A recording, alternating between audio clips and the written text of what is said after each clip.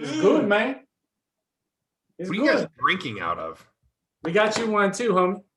$2.99. Gideon, we would have got. They only had 3, so you'd have to share with her. No, I understand. Just get a double straw. Double straw. We had to buy a much more expensive bottle of tequila just to get the glasses. I mean, I've never been sold something just for the glasses since I was a kid, like a McDonald's Happy Meal. It's a spicy margarita. That's good. I also squeezed so many limes.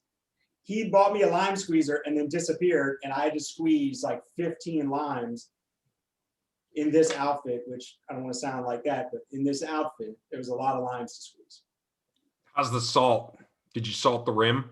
We did not salt the rim. No we're not salt. Yeah, we're not salty fellas. We're not salty dogs. I don't mind salting the rim when somebody else does it for me. I just don't like salting my own rim. Yeah, Adam does a pretty good rim job. Jeremy, I thought that was your thing, that you were into salty rims.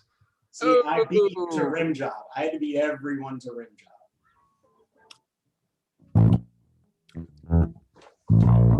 Next on stage. When do we go live? 2 minutes. 2 minutos. Oh, so Say it Gideon's in the practice- proper language. Yeah, I was definitely in podcast, Jeremy. I'll go back to regular Jeremy. Sorry. I'm gonna definitely have to shed this hat and this vest because it's getting a little steamy. Yeah, can we admit that he looks like he owns a whitewater rafting company? So, Kurt, I don't know if it'll actually work, but you could try just recording the intro over top of me playing the bass line. Do it. It's gonna work. Why not? Do it. Well, it might not work because sometimes Zoom is a pain and doesn't let people talk over one another. Why don't you play like Gideon? Why don't you play like 10 or 15 seconds of the bass line and then Kurt do the intro? Yeah, I think that's a good idea. Am I allowed to give a brief update on the podcast? Because Gabriella just sent me, it looks like Mosby, Brave Boy, and who else have filed in support of the PBJ bill. Oh, wow. That's pretty awesome. Good stuff, man. Don't time out on me. Yeah, let's give a little update on that today. Do it again. Who's Brandon Easterling? Is that yours, Kurt? Brandon Easterling? No. Ross Samuel, Brandon Easterling, Jennifer Easterling. Wasn't mine. It was $2,500 payment. Brandon Easterling. I'm gonna hit go right at 4 o'clock. Oh, that's Clarissa. That's the Carroll County assault. Good. Okay, it's 4 o'clock. I'm gonna hit go. Go.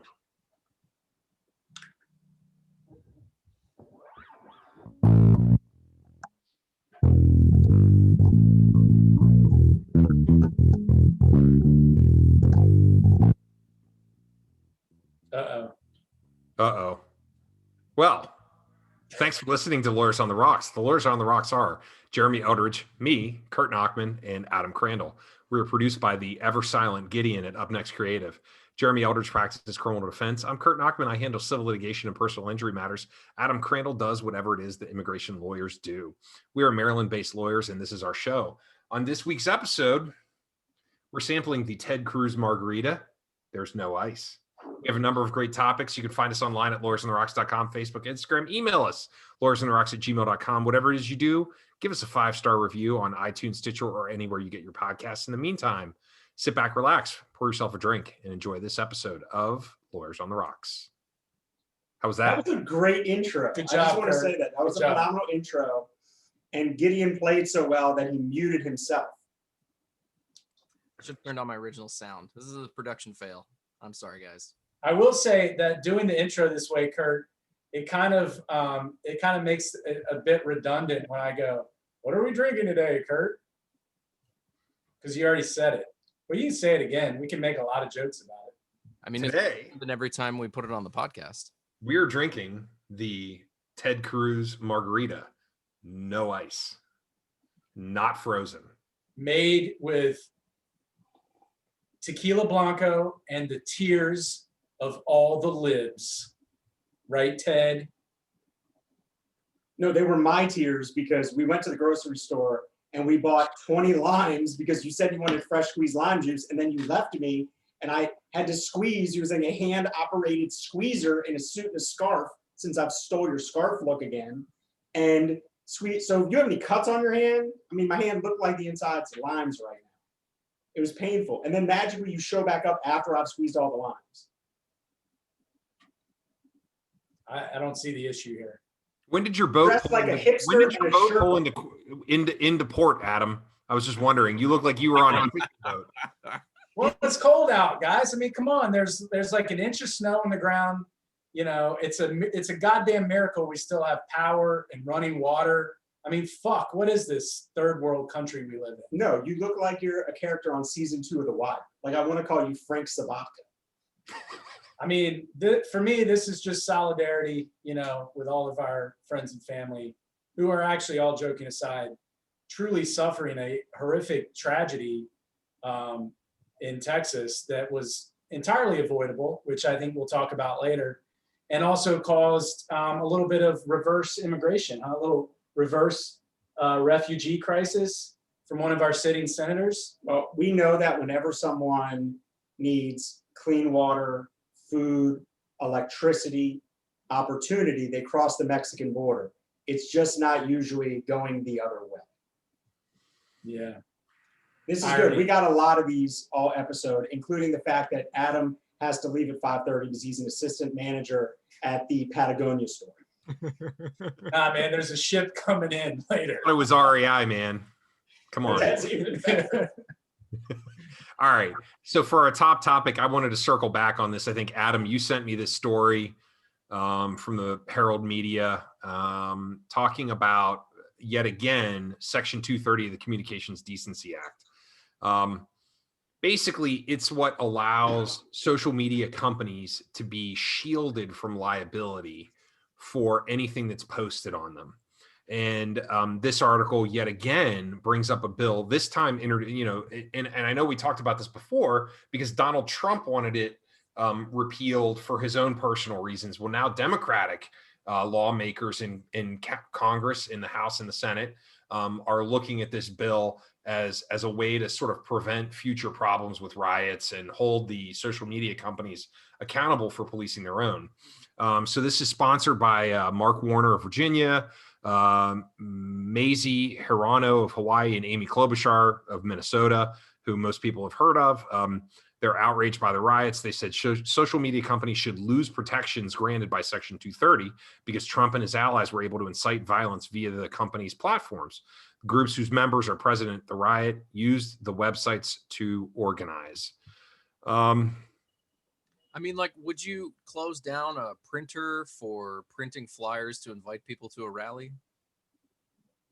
And that's not a point that's lost. I mean, you had the bakery that wouldn't make the cake for the gay couple, or here, for instance, and I think your point goes to where I'm going, which is Senator Wyden of Oregon, who actually helped write Section 230, said that he warned it may devastate the open internet and cause a massive collateral damage to online speech, which, once again, when you look at the common sense definition, or not the common sense, but legal definition of defamation or libel, the written variation of it, we as human beings are held responsible for our speech.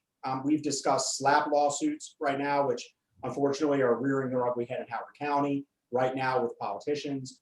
We have talked about this in terms of Donald Trump and Facebook. This is going to be a continuing discussion where we're still trying to figure out what level of accountability we want the individual to have, what level of accountability, and we want that medium to have.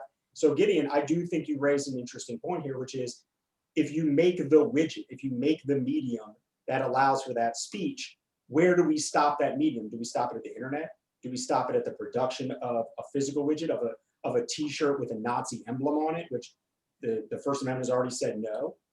So, that's to me where every time we have this conversation, where it becomes really difficult, not difficult for me, but apparently difficult for Congress. But I think you said the right thing there, Jeremy, which is the First Amendment says yes, or the First Amendment says no.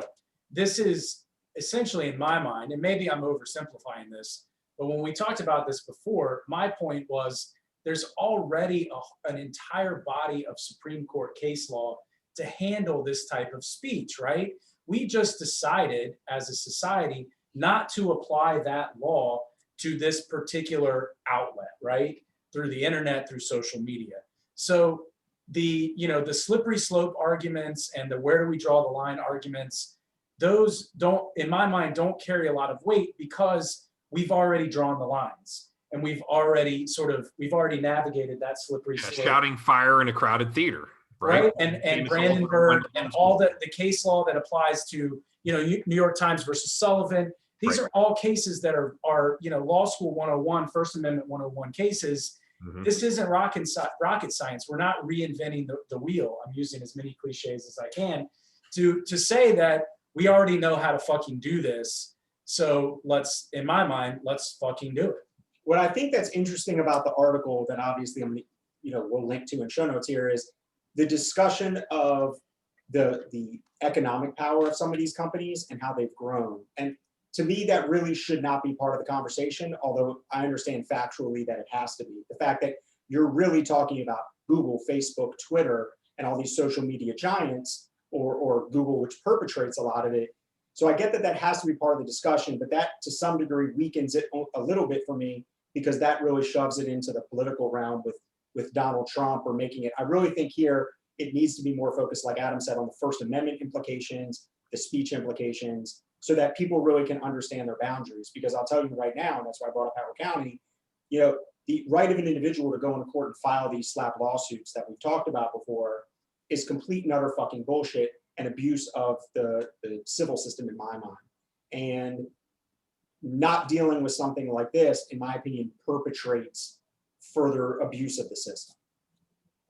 I was just thinking, is there any provision for, do foreigners on foreign soil still gain the protection of the constitutional amendment? I would assume the answer to that is no, but then you have a lot of foreigners and or foreign agents and agencies that are posting and using these platforms that are then made readily available stateside.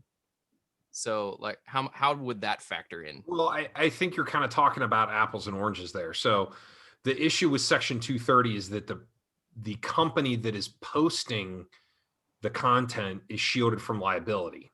Okay. So for example, if the Baltimore Sun runs an op-ed piece and the op-ed piece defames someone else, and there's some factual incorrect information in there, the Baltimore Sun theoretically could be liable as a publisher of that content. And so here, the person who wrote the content, let's say Russian Foreign Service, FSB, or some dude in Iowa writes some crazy rant about, Kamala Harris. Or the Capitol stormers. Those individuals are always responsible for what they write. The question is, does suing them get you anything? The question is the media site a publisher or not? And this is, so for example, we are appearing live on Facebook right now, and I'm going to say, Ted Cruz is a giant piece of shit. Mierda. Now, assuming that weren't true, which it is, but assuming that it weren't true, the inquiry becomes, is Facebook now liable for publishing me saying Ted Cruz is a giant piece of shit? That's an opinion not endorsed by no, it's definitely endorsed. Do you understand the analogy now, Gideon? And I could say that sitting in my office here in the United States of America, or I could say it sitting at the Ritz-Carlton Resort in Cancun, Mexico, and the question would still be, is Facebook liable for me saying Ted Cruz is a giant piece of shit? Yeah, I think the undercurrent to the conversation is just that every time we have a conversation regarding the responsibility of a third-party publisher, you then end up discussing the responsibility of the individual. And we've done that with Donald Trump. We've done that with Section 230. And it's difficult to have one conversation without the other.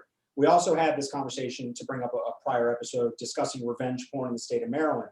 Do porn websites that publish, if I upload a sex video with an ex-girlfriend to RedTube or Pornhub, is the third party then liable for publishing it? Well, we know they're liable for publishing underage porn. We know there's been a ton of federal crackdown on taking some of that off, but we're going to frequently be having these conversations, whether it's regarding an individual's speech and then a third party's liability for publishing it, pornography. This is what we always have these discussions about: law catching up with technology, and once again, in my opinion, too little, too late. On this, I don't know. I wouldn't say too little, too late. I think this goes to one of our other big themes, which is the law of unintended consequences, which when written, the internet, as it says in this article, and Mark Warner says in supporting this bill, the internet looked very different. I will add, back then, message boards were the big danger. Now I will add, just to AOL, just to put a bow on this for now, and we may come back to it. We'll see what happens with the bill, but I think the sponsors of the bill are interesting. I mean, no one would ever confuse Mark Warner for a progressive liberal. I mean, the man is about, I mean, I'm surprised he didn't storm the Capitol. He's so fucking white. So, I mean, the fact that he's sponsoring this bill, I think says a lot about where we are on this issue now. And, we'll see what kind of coalition he and the other co-sponsors can rally. Yeah, it doesn't feel so partisan. So I wanted to dovetail that conversation into the next article that we've got, and it's kind of the cancel culture and potentially a new line of work for Jeremy, which is being a cancel culture consultant. In other words, a fixer. Can't say that. Those are C's, by the way, not K's. Out there. So Eric Desenhall's philosophy is he wishes modern society would cancel the cancel culture. Professionally, though, it would be bad for business, as he is a consultant. And for now, even as the left dispels the cancel culture phenomenon as a myth, business is booming. I look at this clinically. I look at it like a surgeon would. We deal with cancellations based on Me Too, Black Lives Matter, environmental issues. So it's been quite a minefield over the last few years. Ruin and ostracism have been part of a human society for centuries, as have jail time and the stigma that goes with convictions for actual crimes. But the current atmosphere in which people live in fear, a stray remark long ago or a post on Facebook would crash their entire world, is literally relatively new and growing. I mean, one of the things I've always joked about is, like, I am grateful that, cameras were not on phones when I was in college. So are we. For you or for me? Both. Exactly. All of the above. So Desenhall is an attorney. He's had many high-profile cases, some of which the clients were genuinely guilty, such as Harvey Weinstein. He also represented the Duke University lacrosse players. And obviously I believe he's a lawyer by trade. So he represented Nick Sandman, the Kentucky high school student who attended a DC rally, had the MAGA hat on and was sort of confronted. And it, if you look below the line, with. Yeah, they did. Yeah. The Washington Post ended up giving him a big settlement because, what was reported was not actually what was occurring. They were having a positive exchange. And so because he's white. Yep. Well, anyway, I just thought it was interesting because I think a lot of this story from Section 230 sort of dovetails into the ability for a group of individuals to say, well, we want to ostracize this thing. And so we'll say a bakery. A bakery is a good example. You won't bake a cake for my friend. No one go there. And then they put it up on social media and it explodes. Gets 10,000 views. I mean, Jeremy, you remember a few years back, we represented a business where, there was an accusation of animal cruelty, and that had nothing to do with the business. Had nothing to do with the business. It was completely untrue. They had tens of thousands of video views, tens of thousands of hits on their website, negative comments, negative reviews on Google, Facebook, you name it, Yelp. It took us a good 6 months to get that all cleaned up. Ultimately, we were able to get it cleaned up. But I think it again goes back to the entire thing was untrue. And so where does the liability lie for the company that is allowing that factually untrue content to be propagated? Well, being a criminal attorney, the problem with what Facebook and Instagram have done, especially because those are the two mediums that are used most frequently in my cases, is that, and I brought this example up before, but I had a young man that was accused of rape. And not only did I have an alibi, it was just proven to be 1,000,000% untrue, never happened, fabricated. And to this day, the female that brought the allegation, who has some mental health issues, is allowed to continuously go on Facebook and remind the world of these allegations. And that's where, in my opinion, and that's why I said too little too late, that's where I think Facebook becomes responsible, is when you're giving people a voice to ruin someone's life and there's no truth to it. So yes, you can file defamation, which is probably something we should really discuss on a future podcast about how that works and what it's like to sue somebody. And all these things are about money. So you could sue somebody, and whether they have money or not, they don't go to jail. There's no accountability for it. And here, we're reminded of that. You see right now with the Britney Spears documentary, everyone's going after Justin Timberlake. You unnecessarily ruined Britney Spears. And we're seeing a reverse. It's like playing Uno with cancel culture. We've seen it with the woman, every Karen. I mean, the name Karen should be synonymous with cancel culture. Came out of the Jeopardy sketch on Saturday Night Live, and now we call every white woman that calls the cops on a black man, rightfully fucking so, probably, a Karen. But these two things run parallel with each other, but it's used in so many criminal cases I have where people go online, and I have 4 or 5 cases right now where the alleged victims in these cases are going online and frequently talking about the cases and frequently disparaging my client, true or untrue.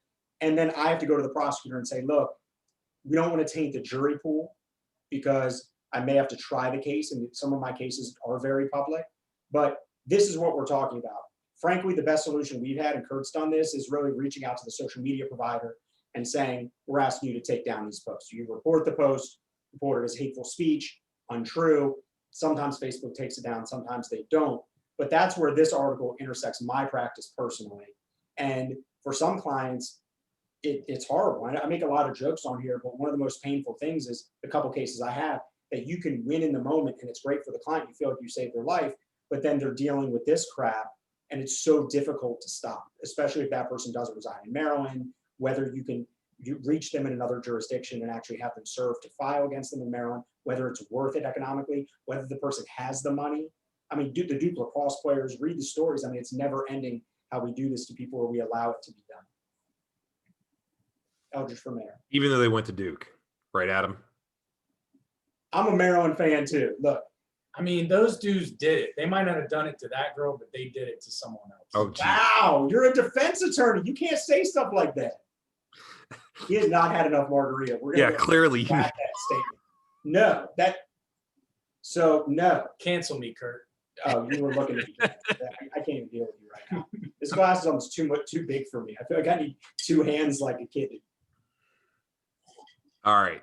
It's like Sunny D. Thanks, Mom. On this week's episode of I Can't Believe It's Not Baltimore, lawyer, pants on fire, disbarred, and arrested. If you guys recall, a previous I Can't Believe It's Not Baltimore involved Stephen Gutierrez. No, really? License is current. Yeah, we've done this. We've done this guy before, and he is on it again. The Miami lawyer Tiger King. who drew worldwide notoriety after his pants caught on fire during an arson trial has been arrested on a cocaine charge. Gutierrez, 32, law license is currently revoked, was pulled over Monday night near Westchester and arrested on felony cocaine. According to Miami-Dade police, he was pulled over for driving without a working headlight.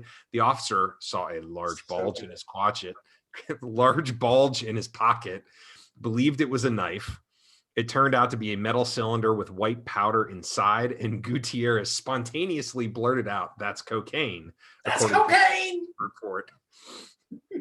He was. I just like the bulge in his pocket, and the officer thought it was a knife.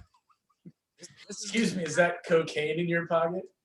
I love these spontaneous blur is cocaine. It just makes it sound. It took it all the way to Dave Chappelle or a Charlie Murphy story, where you imagine Rick James and he's like, "Cocaine's a hell of a drug." That's cocaine.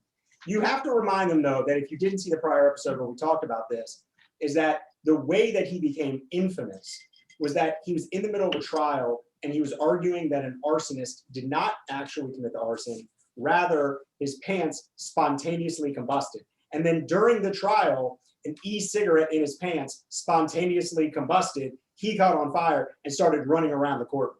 So the fact that he came back for round 2 of this, first of all, the fact that he has a coke problem is 0% of surprise. Because anybody that's using an e-cigarette to the point that that motherfucker explodes in your pocket obviously has a cocaine problem. That, I think, is a fair assumption, not your bullshit you said earlier. But I would have paid to see that video. What about the lead here, a Miami lawyer? I mean, isn't that like prima facie evidence of a cocaine problem? We are all about stereotype prosecution today, aren't we?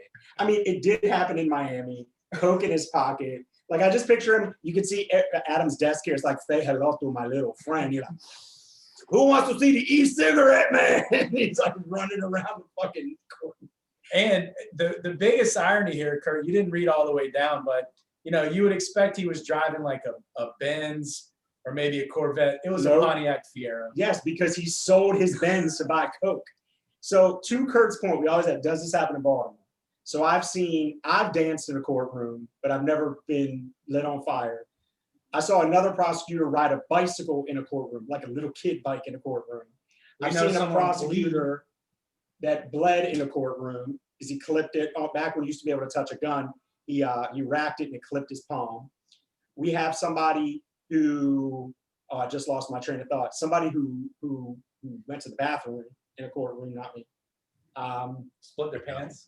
I split my pants in a courtroom as a junior prosecutor. Everyone saw my ass and my boxers twice in 10 years, 15 years. I bend over a lot. It's a thing, right? It's a thing, but I don't run around. But I've never seen anyone catch on fire in a courtroom. What about the smoking policy? Oh, and I've seen a little person try to escape in a courtroom. We saw a guy jump out of a bathroom trying to get out of the courtroom. What about no one on fire? What about lawyers who got pulled over and told the police officer it's cocaine? Oh, that's happened at least a dozen times with a dozen different lawyers I can think of. This week. Yeah, that's just not the funny part. The catching on fire is the other part's sad. Catching on fire. Yeah, the cocaine problem, that just sucks. Sorry for him. If your pants are going to catch on fire, do it when there's coke in your pocket. Like don't destroy the evidence, but don't, you know what I'm saying? Like don't, but if you didn't do it, like that's like, I just arsoned his defense, right? He didn't destroy the coke by letting his pants on fire. They spontaneously combusted. Next story. That was great. So we had a follow-up. I think we talked about this a little bit last week. Jeremy, did you want to run point on this one? Well, we have 2 updates. Do you want to do the Marilyn Mosby update, or would you like to do the PBJ update?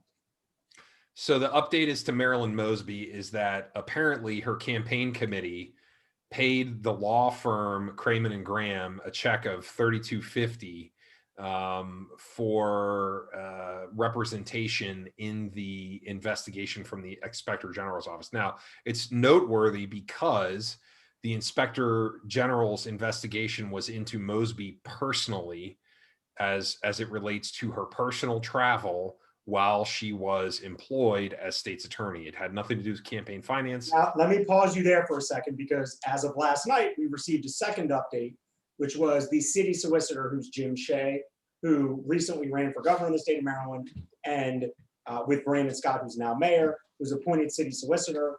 And he released an opinion last night, or late yesterday afternoon, that said that there was no issue as to Mosby's failure to get permission or seek permission regarding her travel. Not necessarily because she fucked up. And that's the interesting part of the opinion. If you read it, which it's online, it doesn't say that Mosby didn't mess up. What it says is that the rules and regulations are unclear and not equally enforced. And because of that, she didn't mess up. The city solicitor did not, however, reach an opinion on this update. And this update goes to the fact, like Kurt said, that she used campaign funds. Now, there is the Code of Maryland Administrative Regulations, which I sure, Kurt, can't believe I just rattled off that quickly, otherwise known as COMA. It's like no ma, COMA. Sorry, that's like a me thing. So it says that you are not allowed to use campaign funds for anything that does not relate to the campaign. Tawana Gaines, who was the Prince George's County delegate who was indicted pled guilty and received jail time along with her daughter for using campaign funds to, for instance, pay her mortgage, rent, utilities, essentially living off of your campaign funds. Here, Marilyn Mosby then issued a statement after this investigation took place and said, well, I believe that some of these vicious rumors about my travel, about my husband's taxes and my taxes affected my electoral viability. And because it affected my electoral viability, I believed initially that I could pay $3,200 to Craymon and Graham. And this was an official press release. And then once I realized that I couldn't do that, I established a legal defense fund. Well, we found out a couple things since then. Number one, there may have been a legal defense fund established, but there was no money put into it, according to the article. Number two, we found out that while the city solicitor essentially cleared her and said, we need clearer regulations for the city, there was no opinion rendered as to the rest of the Inspector General's report, which is, was there an issue with her other actions? Was there an issue with running some of this taxpayer money for travel, or running some of these tax deductions or taking these deductions through a private travel company, Mahogany Elite? So those things are still could be pursued by other entities. The state prosecutor who handles prosecutions for electoral crimes or Maryland campaign finance violations, or the U.S. Attorney's Office who handles tax fraud violations.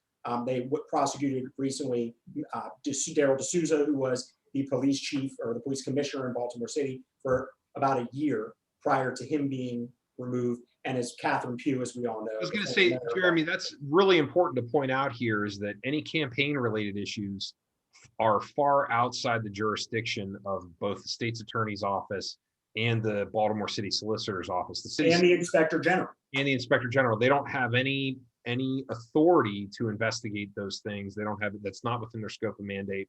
So when Jim Shea issues an opinion saying Mosby's in the clear, it's only with regard to that narrow box of issues that he identified. What I do think is in fact, as of the 16th, there's been a request for the state prosecutor to investigate the use of campaign funds to pay legal fees. So we'll keep tracking the story. So what's the PBJ story?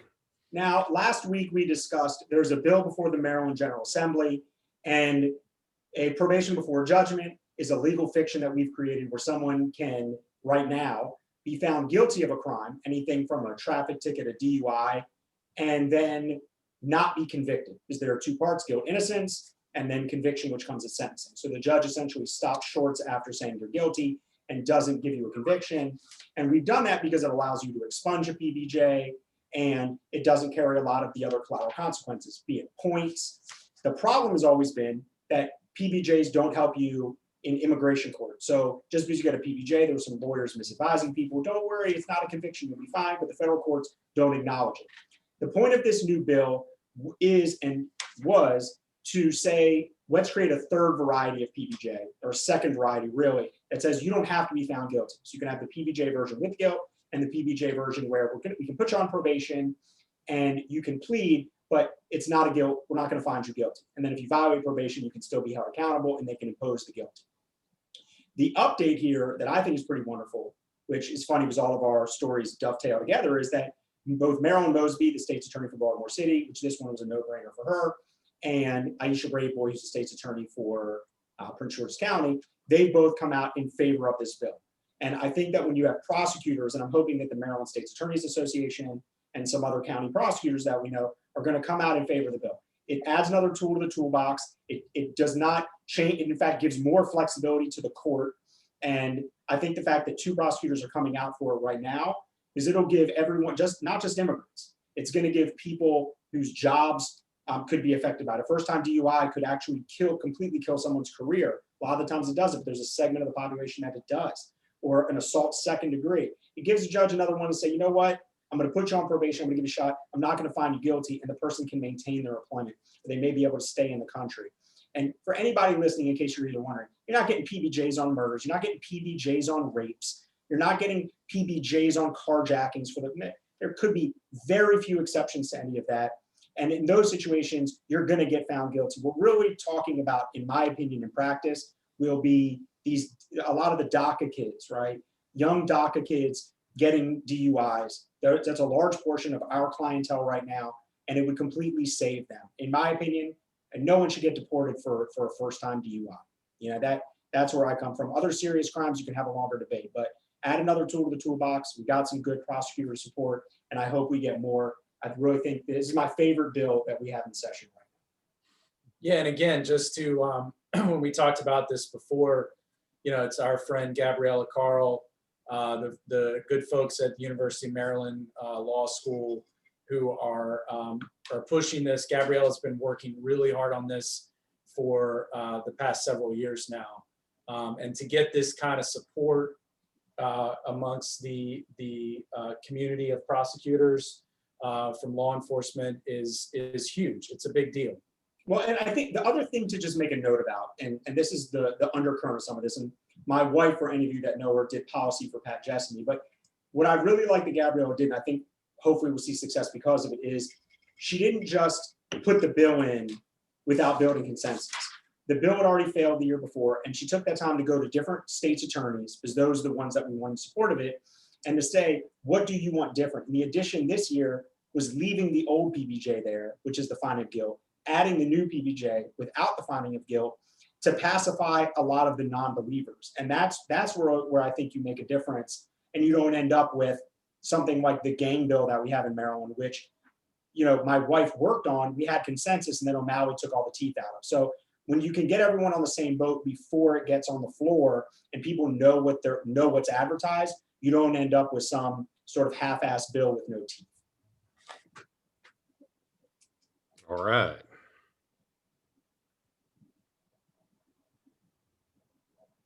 That's awkward. Ted, I thought Kurt froze. Do you remember that one time Kurt was on CNN and he didn't freeze, but I thought he had a seizure.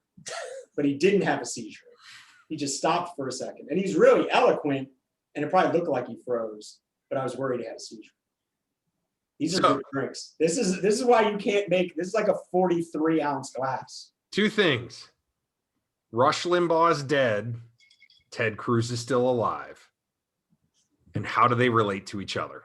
Well, can I take the lead on this? Because I think actually, you know, this is a nice way to sort of circle back to the beginning of this episode, which is, can Adam defame the dead? How many times do you want to get us sued this episode? Because I know you're going to defame the dead, and I'm not going to stop you. I just want to put it out there. You're going to defame the dead. I mean, right? I mean, truth That's is his plan. a defense. I'm not Truth fighting is you. a defense to liability and defamation. Just dive in. I'm sitting far enough away from it. No, here's what's interesting here, because, and Kurt, you and I have had these conversations, and we've hit on some of these topics, especially in the past year, I'd say, on the podcast, sort of here and there, right? And some of these things are starting to coalesce in my mind, and I think this is a really, really interesting, jumping off point. So if you start with sort of the question of politically, how did we get here, right? And by here, I mean here in the sense of 4 years of Donald Trump, a literal army of white supremacists attacking the seat of government in the United States, here in the sense of QAnon, here in the sense of, you know, Proud Boys and all this shit that's going on, right? How did we get here? And we've talked a lot about Section 230 and the proliferation of not just violent speech, but I mean, batshit crazy speech, right? Through the internet and social media. What we haven't talked about, and what keeps sort of popping up and stuff that I've read recently, and what's really coalesced with I'm going to use the word untimely, because I wish he had died before he was born. I wish he had been aborted. The untimely death of Rush Limbaugh is how did that happen, right? We are all here. He died of lung cancer. No, how did he happen as a person, as a voice, as an influencer in American politics? And we are all young enough not to really understand a different time in media culture, not to really truly understand a time where there was no such thing as talk radio. So in 1960, I'm going to throw this out. In 1960, there were only two all talk radio stations in America. 2. By 1995, there were over 1,100. That's 35 years. That's a lifetime. That's not 100 years. That's not 200 years. That is swift, abrupt, fast change in the media landscape, just looking at talk radio. So why? What explains this? How did we get here, right?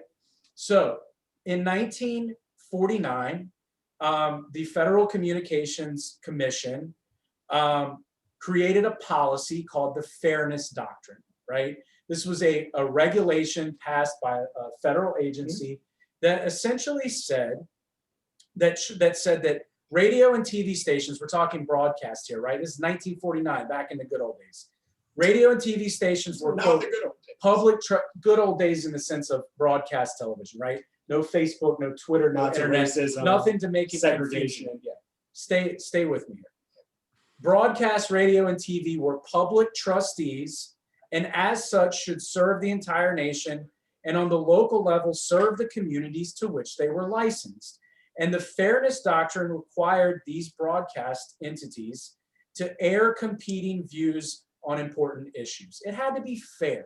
You couldn't let somebody get on and call Rush Limbaugh wish that Rush Limbaugh was an aborted fetus, and not allow somebody to come on and not wish that Rush Limbaugh had been an aborted fetus. Which has led to the equal time. Is that what that means?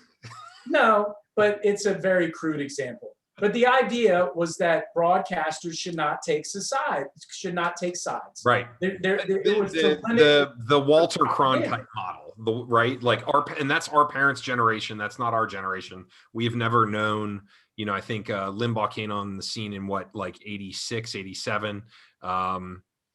He did around 19 around. By the way, listener Peter is very excited that we're going to tie this back to Section 230, which we will. We will. Oh, so here's what's interesting, though, Kurt. You're right. Limbaugh did not come on the scene until the late 80s. And it's not just because Rush Limbaugh was this amazing, magnetic communications media person, which, you could argue that he was. But he was given the opportunity because around that time in 1987 is when the Federal Communications Commission, under then President Ronald Reagan, decided they weren't going to enforce the Fairness Doctrine anymore. No, they repealed it. I thought they repealed it. It was not formally repealed until much later, but they stopped enforcing it. And this is a doctrine, mind you, that had been challenged. Lawsuits in the 60s and 70s went all the way to the Supreme Court by 1964 in a case called Red Line Broadcasting versus FCC. And it was the doctrine was challenged on First Amendment grounds, and the Supreme Court in 1964 upheld the doctrine. Huh. And in so ruling, the court said something very interesting, that the right of the viewers and listeners, not the right of the broadcasters, is what was at the root of that First Amendment right that was at issue in that case. It was the right of the viewers and listeners. Wow, have we turned a corner. And here we are, right? Here we are since 1987. So really, you could say in 1960, there were 2. I don't know how many there were in 1987. I'm guessing it probably a few more than that. But by 95, in less than 10 years, we've got almost 1,200 all talk radio stations in the country. And we all know most of them are Rush Limbaugh. Now, who is it? Sean Hannity, Laura Ingraham, Glenn Beck. I mean, he's the list the most goes on listened and on to. and on. He is the most listened to radio personality of all time, averaging, I believe it was 11 million listeners. Which let's be perpetrators of the Fairness Doctrine and also mention Howard Stern. Which is what I was about to say. Which is Howard Stern, there's no really left-leaning figure politically that does anywhere. I mean, on TV, you can put Rachel Maddow. CNN has their slew of talk show of TV talk show hosts, but on the radio, I mean, what are you going to put NPR against Rush Limbaugh? And that's where we are now. That is where we are. It's fact versus fiction, right? It's reporting the news is left and liberal, and ginning up a bunch of conspiracy theories and calling women feminazis and whatnot is the right. But And that's where we are. let's getting back to Section 230, we go back to radio, right? Which is the radio station that he's on. There was a best of racist clips of Rush Limbaugh that was making its way around yesterday because the things that he would say were just simply abhorrent. I mean, beyond the conspiracy theory, the guy was an absolute racist, an absolute misogynist, which are two of the biggest words that I've used today outside of court. And it was a 3-minute clip, and they were short clips, but they didn't talk about any of the lawsuits filed against him, But I'll tell you who we have to watch out for because his name didn't come up. But in Maryland, we have our own Rush Limbaugh. We have Dan Bongino, and Dan Bongino's run for Senate and lost. He is a far right-wing conservative nut, and he's very Rush Limbaugh. He's had the slap lawsuits, all the same sort of things that we're seeing with Rush. We're going to see somebody fill that void, and that's somebody locally that you're going to see fill that void. I'm calling it now because that's the guy we're going to be talking about moving forward, and whether he's going to get sued as a result of what he's saying. And one of the things that I want to talk about, because I've relayed this story, I think, on air once before, but I did CNN a few years back. And whenever you do any of the talking head shows, whether it's, whoever it is, Fox News, CNN, whatever, beforehand, the producer will come call you and they'll prep you for kind of what the segment's going to be. Now, they don't tell you what to say, but they kind of give you an idea of what they're looking for. And I distinctly remember when I was prepping, for my talking head segment, I was going against some law professor from somewhere who was supposed to be the left-leaning view, and I was supposed to be the right-leaning view because I was a former prosecutor or something. And they said, go after him. So why am I going to do that? Go after him. We want you to go after him. That's what you're supposed to do. And I'm like, but I'm kind of a nice guy. I don't really want to do that. That's rude. So that's what all these shows do. That's what all these broadcast networks do. That's how Facebook and Twitter and Instagram get their rocks off, is by pitting people against each other. So but you just hit the nail on the head.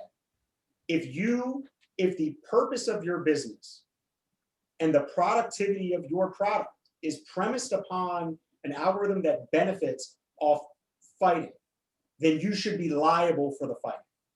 And if that wasn't the intent of your product, that would be one thing. But it's well known at this point that the intent of these social media products is to breed discontent and to breed disagreement and to thrive off of it. Then you got to be liable for it. And yeah, that's where I think this stuff comes together. To me, it's pretty simple math. So I want to say two things here. You guys, that reminds me of the clip years ago. You guys remember the CNN show Crossfire? Mm-hmm. And Jon Stewart. You mean the game Cross? No. Where you sit across on the table with the metal balls. Kurt and I used to play that at the office with each other. So it was like Tucker Carlson and a bunch of like old guys that are dead now. So Tucker Carlson's definitely still on. Jon Stewart goes on there and they're like, hey, you're supposed to like make jokes and be mean to the people on the right. And he's like, I don't want to do that, Kurt. Like, to your point, he's like, you got like, your model is hurting America. Like, what you are doing and how you are arguing about policy and politics is harmful to the country. This was like 15 years ago that this happened. I mean, how long in Baltimore have we had Richard Scher's show? I mean, Richard Scher has invited liberals and conservatives alike on for almost 20 years, right? And it's always, Kenny Ravenel's been on the show, Michelle Modell's been on the show. They have a lot of Baltimore personalities on the show, but it always ends up being good conversation, right? They're going at each other in a fun way. I don't agree with you because, Armstrong Williams, who I don't like at all, used to have a show out of DC with David Modell. David was the liberal and Armstrong, obviously the conservative. But that model of just having Laurel and Hardy, right, and PTI, Mike Wilbon and Tony Kornheiser, just different opinions with a little bit of conflict, but the fun conflict that, but it's like That's what I enjoy. I think that's what a lot of people enjoy, but it's definitely not what we're being fed. So let me tie this back around for you, Peter, our dear listener. And soon to be assistant producer. So, again, to start with my premise here, and I'm hoping that this is an ongoing conversation that we have on the show, because I think it's fascinating. Because there's a tendency to say, at least for me, and I think a lot of people that I talk to, in this political environment, to just feel overwhelmed, right? Like, oh my God, how the fuck did we get here? And not understand that there are some fairly simple solutions for getting out of it. So we've talked about Section 230. There's legislation now on the floor, right, to fix that issue. We've talked about earmarking, congressional earmarking, as a way to bring back the comedy within Congress and get things moving on that end. There's now a bill on the floor. Now we're talking about something very different, the fairness doctrine. There's the article that we are referencing here says, since the repeal of the fairness doctrine, congressional Democrats have tried several times to reimpose the rule, and every time Republicans have attempted to pass legislation forbidding the rule from ever being reimposed. So here's another situation, another scenario where legislation could fix a problem, where I think in this case, these were not unintended consequences. I think these were 100% the consequences of repealing that rule. I think those that supported the repeal of that rule wanted exactly what they got out of it, which was an unregulated landscape, hellscape of right-wing political propaganda. But there is a way to get that rabbit back in the hat, and it can be done legislatively. These things they don't happen in a vacuum. These are problems that have led to where we are now, and there are solutions. The only comment to that I would say is that there has to be a manner of enforcement, and that tends to be a role that I've taken on in discussing some of these issues with all of you, which is there has to be an enforcement mechanism. There was one. Here there was one, right. And they've also chosen not to enforce it in the past. I would invite anyone, without sort of doing a long analysis at it, but look at what Sinclair Broadcasting has done nationwide as far as equal time, sort of plugging their own opinions into various Fox stations and making it look like news. If you were here more recently during the last mayoral election, you would have noticed that Dhruv Vignaraja, who's a former prosecutor, frequently has airtime on Fox 45, appearing as a consultant, but really on there all the time, essentially frequently running for mayor. He had been given money by the owner of Sinclair. So what you're talking about in the fairness doctrine applies to, and I was doing this earlier, the equal time law, which requires that politicians running for office are given equal time. But pay attention to this stuff, because this is what, as lawyers, we're paying attention to, but affects elections and affects social media, affects what you're watching on TV. But how do you enforce it? Is someone stopping Fox from putting Theroux on when he's running for mayor, when other mayoral candidates like Brandon Scott aren't getting that kind of time on 45? And are we seeing that with other politicians in other areas? And is this an experiment, like you said, where if you're not going to enforce the law about equal time, that the stations or the owners of those stations, if they have their own political leanings, may try to take advantage of it? And frankly, that's their right, whether you like it or not. If you're not going to enforce it and they're not going to honor it, it's going to happen. And that's where we are with the fairness doctrine, and that's definitely where we are with equal time. So taking it forward to Ted Cruz. Speaking of regulations, why couldn't he take a cruise? I was dying to find out that he got a cruise. Like if he would have been on a cruise and then got COVID on a cruise and then died on a cruise. See, I said died on a cruise. I say aborted. Like he's already there. Texas, as we have talked about and alluded to in the show, for those who drink on under a rock, the great majority of the great state of Texas is without power at the moment due to a freezing snowstorm that took place last week. Our own associate was in Houston on a girls' weekend. I love you, but why? An entire week. I love you, but why? And why did it happen? Okay, so the power apparently went down because Texas's power grid is completely deregulated. There's no requirement. Except El Paso. They're on a different grid. El Paso is the only part of Texas. I'm sorry, I really shouldn't be laughing. I have friends from El Paso, but it's like, Townsville, El Paso, and then the rest of Texas. Sorry about that. So apparently Texas, like if you're in Texas and you're on the border of Oklahoma, the power lines don't run over to Oklahoma because they're not connected to the same grid because nobody wants to mess with Texas. My understanding is most of Texas is on an isolated power grid from the rest of the country. Yep. But why would that be, Gideon? Because it used to be its own country? Mm, No. This isn't the Mask of Zorro and the secession of both California and Texas. My understanding is that Texas opted out of a more widespread national grid for the reason that Kurt alluded to, which is that they didn't want to be regulated. I mean, there are two main grids, as the article that we linked to discusses, the East and West, except for El Paso, that's obviously on the West. And now Houston is suffering greatly.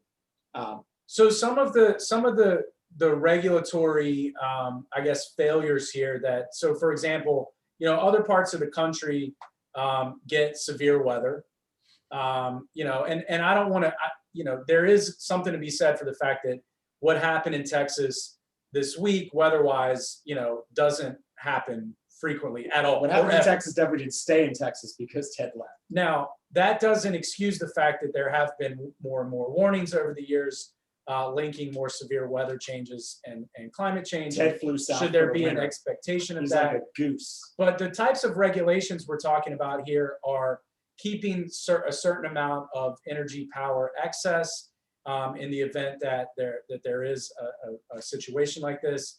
Weatherizing lines, right, Kurt? There's all kinds of ways in which, very common sense ways, in which virtually every other power grid in the country that's more heavily regulated is able to defend against this type of, just absolute massive failure. But it was they didn't get a fucking. Let me give you. I'll give you a small example in Maryland, right? So Maryland has the Public Service Commission, which regulates the utilities, and I have power lines in my backyard that have tree branches resting on them, and my sneakers, and your sneakers, and you simply have to. All you have to do is call BG&E and say, tree branches are resting on my power lines. And they literally, I put a request in a week ago. And then they'll get stuck on your lawn. But it's a function of the PSC promulgating regulations requiring them to do that because of what happened in the derecho 2014, 2015, maybe it was earlier, 2011, when wide swaths of Maryland lost power for weeks at a time because BG&E had been lackluster about servicing the lines for the power grid. And so they're there to look out for consumers. And when you're consuming from a utility, yeah, you have some utility choice, but not really the people who service the actual grid itself. You may have choice in terms of your utility provider, but the lines still have to get to your house. Look, the reason we put this story on is because Ted Cruz left and went on vacation. The Colorado City mayor decided to come out and tell all of his constituents that if you're a real man, you're going to find a way to make electricity and fend for your family. And then he promptly fucking resigned. And hopefully, I don't even wish him upon Mexico. I don't wish Ted Cruz upon Mexico. And he's mildly Hispanic. But, it's sad. I feel bad for Mexico. I wish Mexico would fucking deport Ted Cruz. That would make my honest to fucking day. And then he's inadmissible to the United States. And then he gets stuck in limbo, right? Then he's in parole proceedings. That's a whole nother episode, right? I'm listening to you talk. Cruz he's already back, man. He was in Mexico. If he had been in Mexico any shorter amount of time, he'd have DEA agents parked outside of his house. I'd have to represent him down there. There's an Eldridge family member that gave him money, and that Eldridge family member owes me money for doing it. Jeez. That motherfucker flew down and flew back.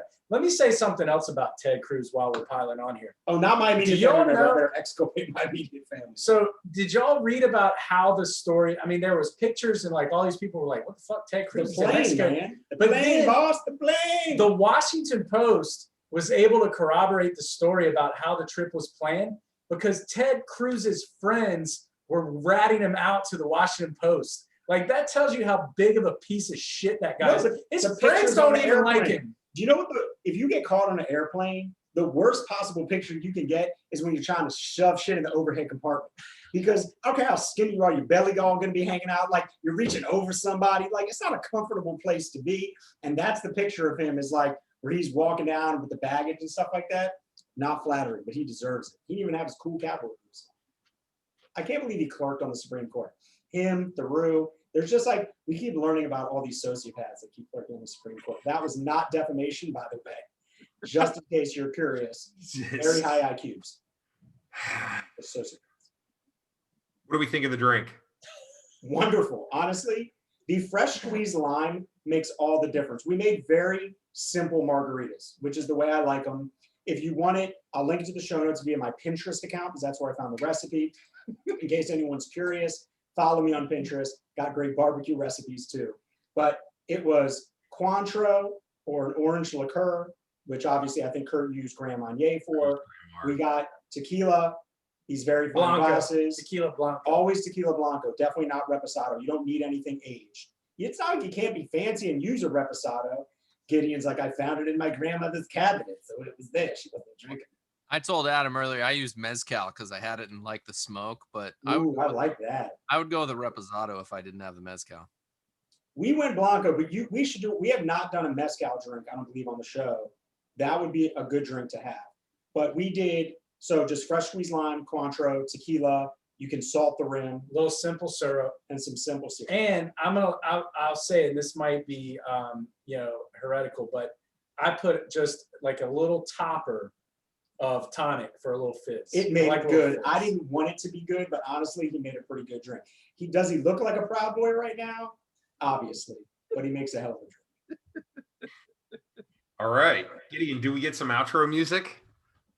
Or are you gonna mute yourself again? Give me a second.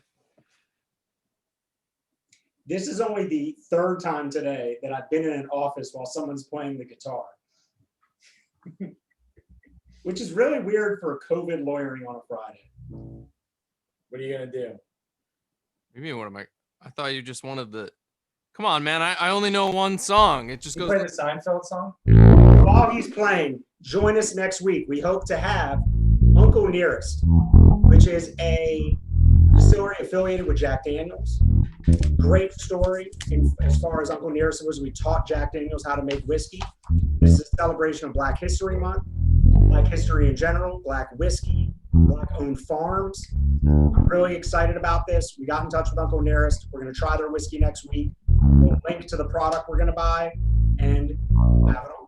And here's another teaser out late last night, hot off the presses. New ICE enforcement guidelines. Can't wait to talk about that shit with y'all. I know you all are just dying to hear who ICE is going to arrest. And if we get Stephen Gutierrez on, we can actually do Lawyers on the Rocks. Here's a spoiler alert. First priority, Ted Cruz. And Stephen Gutierrez. Thanks for listening to this episode of Lawyers on the Rocks. We hope you enjoyed listening as much as we enjoyed making it. You can find us online at lawyersontheRocks.com, Facebook, Instagram, email us lawyersontheRocks@gmail.com. Please leave us a review, 5 stars, iTunes, Stitcher, anywhere you get your podcasts. In the meantime, till the next time, sit back, relax, pour yourself a drink, and enjoy this episode of Lawyers on the Rocks.